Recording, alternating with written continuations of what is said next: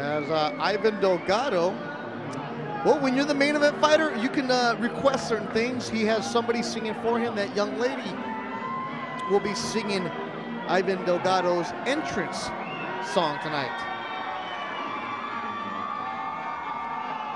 This is kind of different for LA Fight Club. Hey, when you're the main event dude and you sell a bunch of tickets, sure, you sell it out, you can come back and say, hey, Will Wright, I'm bringing those singing with me, bro.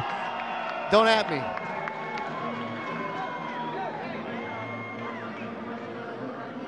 And there's a delay, and such a delay that they're letting Charles Huerta talk to people. Hey, he's calling somebody up into the ring. Oh, he's bringing more people. Okay, how many more people do we want to have in the ring? And one of them being his barber in the black. Oh, yeah, is that who that is? That is his barber. So, when when your barber is in black, and the reason I know that's the barber, because he's also my barber. And the best thing about my barber, he didn't ask me for tickets tonight because he knew it was sold out. RC's getting down. Hey, when you have a delay in time, you call up your barber, you call up your nutritionist, you call up everybody. Why not?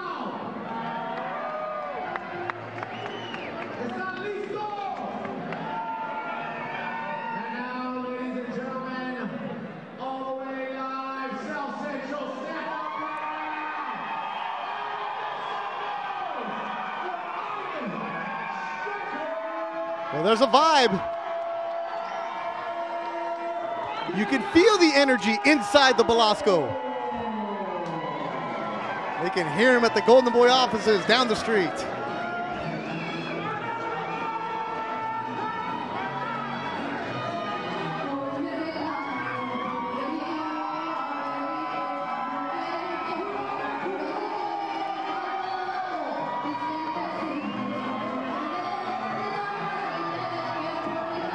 You see the LA on the back of Ivan Delgado. The young lady is singing No Me Se Rajar. Doug, you've heard that millions of times. Basically, I don't back down. Fernando Vargas used to come into a lot. Yep. You've heard, basically, that's the song they play in Vegas at a Mexican fight. You're getting those chills. Good job, young lady. Yeah, she's doing well. And Delgado's representing LA, his Mexican heritage, South Central.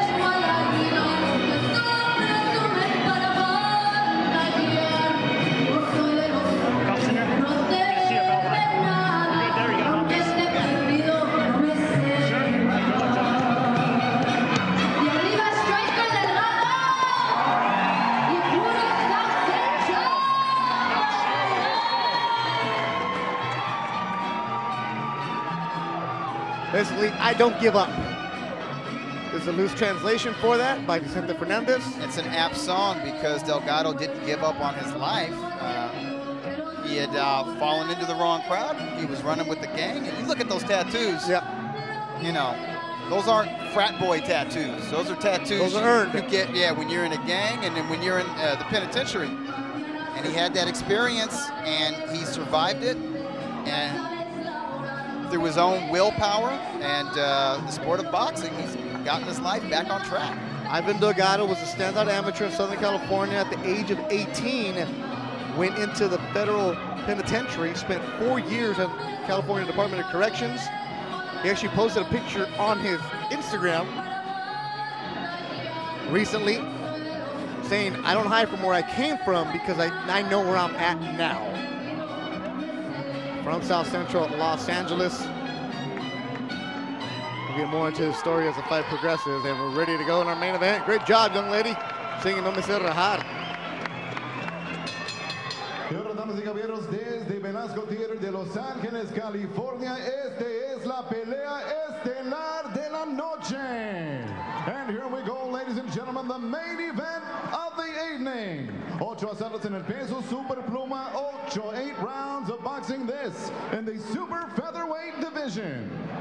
Presentado por Oscar de la Hoya's Golden Boy Promotions y patrocinado por Cerveza Tecate, Born Bold, Casa Mexico Tequila, it's in the taste, and Adriana's Insurance es para todos. Los tres jueces por ese combate, the 3 judges scoring this bout at ringside, Rudy Barragan, Carla Caiz, and Zach Young. When the bell rings, your referee in charge of the action, encargado de ring, referee Thomas Taylor. And now, ladies and gentlemen, the judges are ready. The fighters are ready. Mexicanos, dile al mundo, make some noise if you are ready! Presentando primero en la esquina azul, con los pantaloncillos negro con plateado y un peso de 130 libras. Introducing to you first, fighting out of the blue corner. Wearing black, trimmed in silver, he weighed in officially 130 pounds. Con 18 victorias, 5 derrotas y 11 ganadas por nocaut. His professional record in 23 bouts, 18 victories, 5 defeats, 11 wins coming by way of knockout. Here is, ladies and gentlemen, the pride of Paramount, Charles Huerta.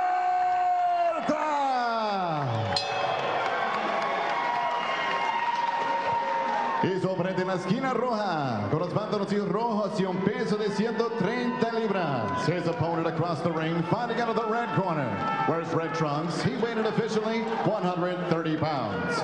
Con 11 victorias, 0 derrotas, 1 empate y 4 ganadas por nocaut. He stands perfect with 11 victories, no defeats, 1 draw, and 4 wins coming by way of knockout. Hailing from and fighting out of South Central California, here is the undefeated Ivan Striker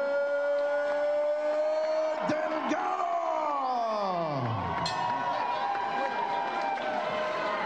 Boxer Chief second. Boxer Chief second. Guys, belt line's good here. Belt line's good here. I gave you instructions in the dressing room. Protect yourselves at all times. Listen to my commands. Touch them up. Back to your corner. Hey. Tom Taylor, third man in the ring for our main event tonight in the super featherweight division. Delgado is 4 years younger at age 26. Charles Huerta about an inch taller. Delgado, very, very slight reach advantage. Undefeated Ivan Delgado, 30-year-old Charles Huerta. We are underway. Delgado in the red trunks, dark red trunks, black and white is Charles Huerta. Both of these started fighting as young kids. Here they are now in the main event. Mentioned in the beginning, Huerta, 4 years in prison, got out and ran into his old trainer at a restaurant. It's like, hey, where have you been? You were a good amateur. What's been up with you? He's like, well, I fell into the wrong crowd, but I'm trying to put my life together. Come to the gym. The late Yuka. They got back together, and after that, hasn't turned back. He's now a professional, 11-0-1. He said in the past he would have shied away from talking about his past. Now, as a cautionary tale to other kids that, hey, you need to stay on the up and up. You can easily be influenced. Father of 4, just recently had a young daughter. He's another one who went with Jorge Linares for sparring as Linares is getting ready for Crolla. It's good experience coming into a fight against somebody as seasoned as Charles Huerta. A 10-year veteran, but still in his athletic prime because he's just 30 years old. Somebody who's been in a much higher caliber of opponent than Delgado has been in with thus far. This is a huge step up for Delgado. Delgado's starting pretty fast and looking pretty sharp. He's got a natural fighting style. He's a good counter puncher. I think physically he's the stronger man, but I believe that Charles Huerta has the better one-punch power, particularly with his left. Delgado out of the Santa Cruz gym. They're in Los Angeles. You see him, he shakes his hand a little bit like Leo, doesn't he? Yeah, that's kind of a habit that fighters have. Sometimes it can distract one's opponent. They're looking at the right, and then you drop a sneaky left, either to the body or an uppercut. Yeah, Leo Santa Cruz sending a tweet in support of it, said his good friend, Ivan Delgado. Leo Santa Cruz is one of those toddlers I used to see around the LA Boxing Club when his older brothers, Jose Armando and Roberto, were professionals. Did you start working out. You started reporting when you're what, 5, 6? Yeah, that's right. Prodigy, huh? Opening round, filling out round between these two is scheduled for 8. One that has the boxing circle in Southern California buzzing. Like, who do you got? And Everybody was analyzing it in different ways.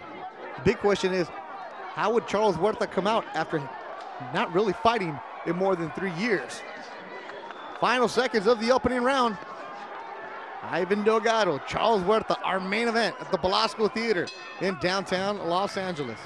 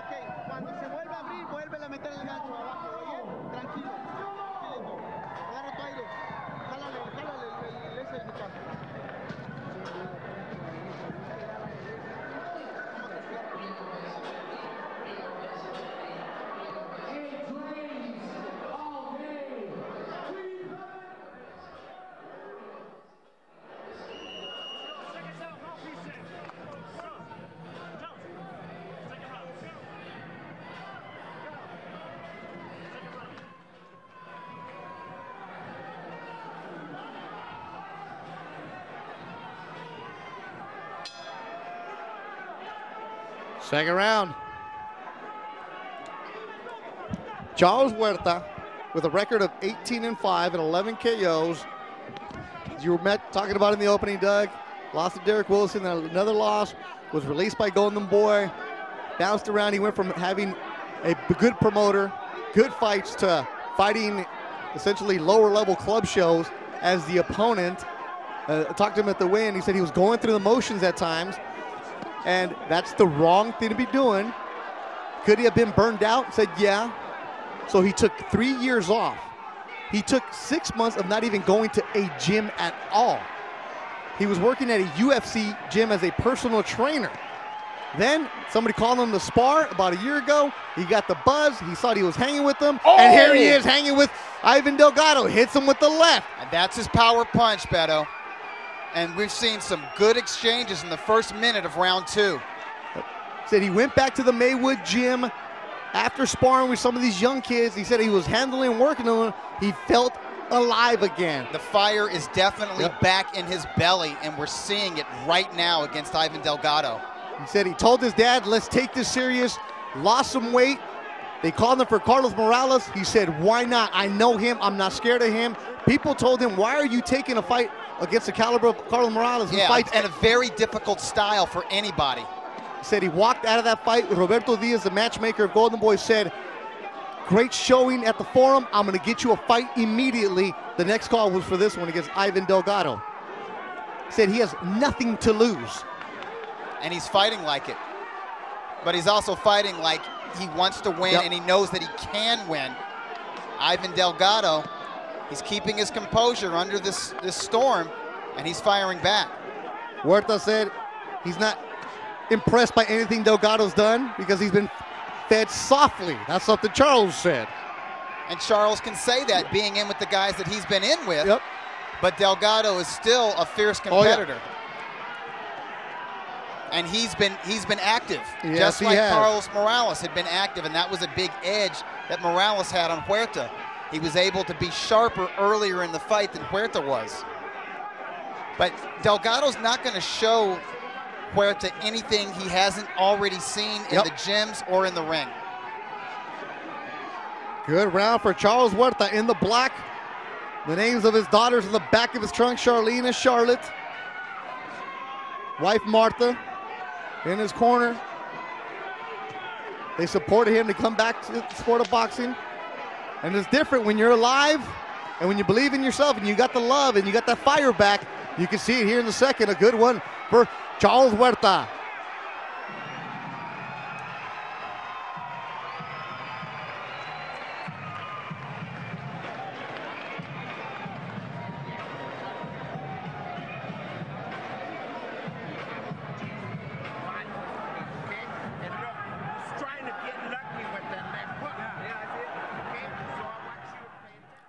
Some fierce exchanges in round 2. First, it was Ivan Delgado. 1-2 combinations and left hooks, but he hooked with a hooker, Cardinalson in boxing. And Huerta buzzed him, rocked him into the ropes. Delgado closed the round pretty strong, however. Still, big round for Charles Huerta. Keep the hand up. Who's at his corner? Moving around, I couldn't see who his corner man is.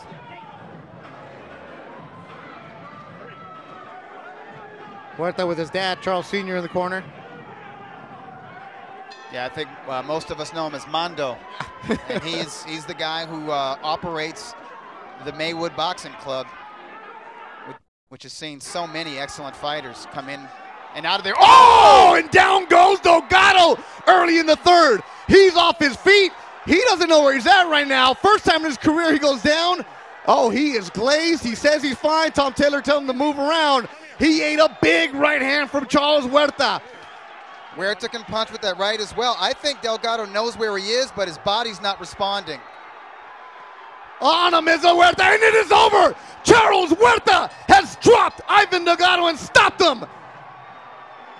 An upset for Charles Huerta. He said he didn't want to be a journeyman. He didn't want to be a gatekeeper, that he was going to prove his point tonight. And Doug Fisher, a big statement from the kid from Paramount. Absolutely, and it's not a huge upset either. This was a dangerous fight. This was a huge test for Delgado. It was do or die time, and it was Huerta who rose to the occasion. He was the fighter with the experience and the seasoning, and I would say the hunger to do so. And I would say Delgado looked very sharp in the first round, but I think Huerta kind of took his measure in those opening 3 minutes. I told you. Boom! It was the right, yeah. It was the left that hurt him in the second round. It was the right that set up this brutal finishing combination in the third round. Thomas Taylor doing the right thing and protecting the health of Delgado. And Delgado's still on wobbly legs. And you can see an emotional moment between father and son. I can see tears in the eyes of Mondo, as this has been a long and arduous journey in professional boxing for that duo right there. And let me tell you something, Charles Huerta has paid the cost to be the boss right now. He's been in tough, and that experience showed over these 3 rounds. Boom, man, what a, and that right, I think it hit him in the ear, kind of in the temple area, took away the equilibrium. If you look at Delgado, his eyes are clear, but his legs aren't responding.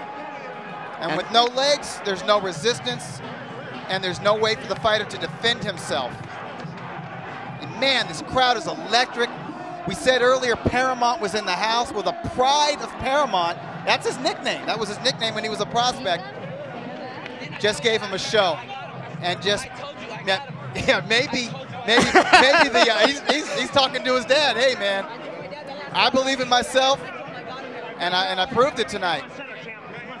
And this is probably the best victory of his career, because it puts him right back in there. You hear Tom Taylor, yeah, the referee. That's a hell of a job. Yeah, congratulations from everybody around, and I'm sure Delgado will give him his props as well. They had told him before that round, remember Doug, I translated, keep your hands up. He got caught. He never recovered. I think it happened while he was punching himself. Huerta was able to time Delgado and catch him in exchanges. That's Soto Caras in his corner? Yeah, that was Jesus Soto Caras telling him, hey, man, you know, have a seat. Let's look at the replays again. Delgado's so proud. He wants to get up and show everybody that he's okay. Boom.